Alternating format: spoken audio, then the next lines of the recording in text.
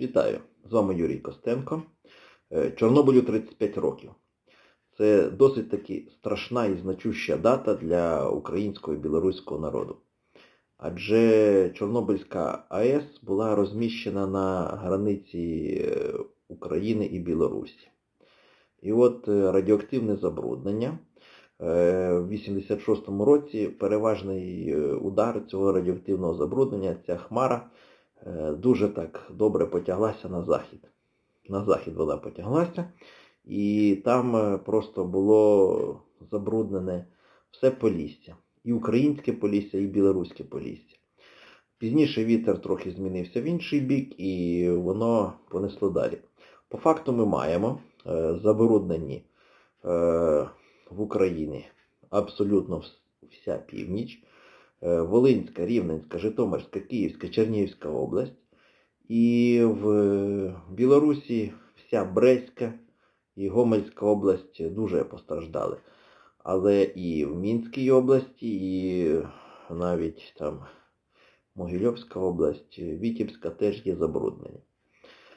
За цих 35 років вже завершився період напіврозпаду стронцію-90, якого був 19 років, і цезію-37. Період напіврозпаду його давали тоді 37 років, це вже майже рік-два.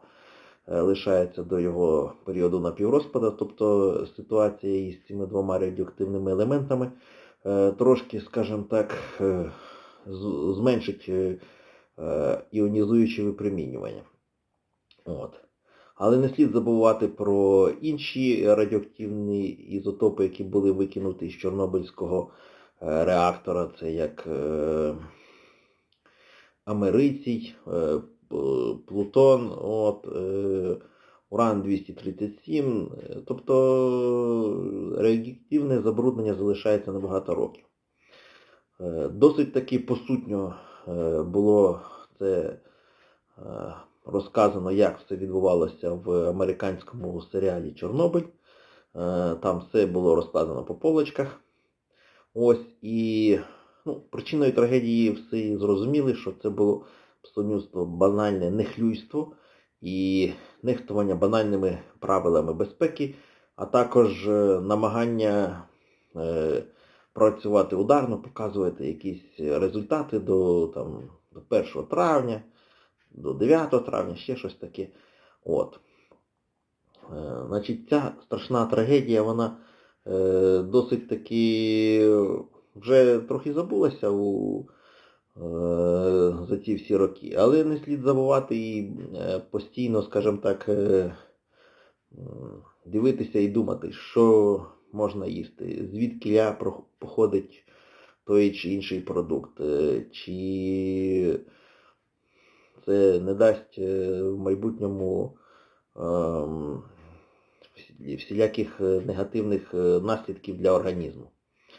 Адже після того, як взорвався той же ж самий Чорнобиль, ясно, що там були ліквідатори і ті всі біороботи, але 87-88 рік страшна була смертність від раку, як в Україні, так і в Білорусі.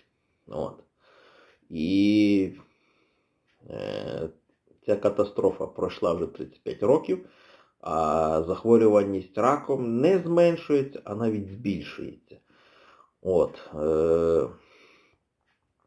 Про цю трагедію потрібно кожного року згадувати, для того, щоб люди банально розуміли, що це є досить негативні наслідки, і вони дуже небезпечні для життя.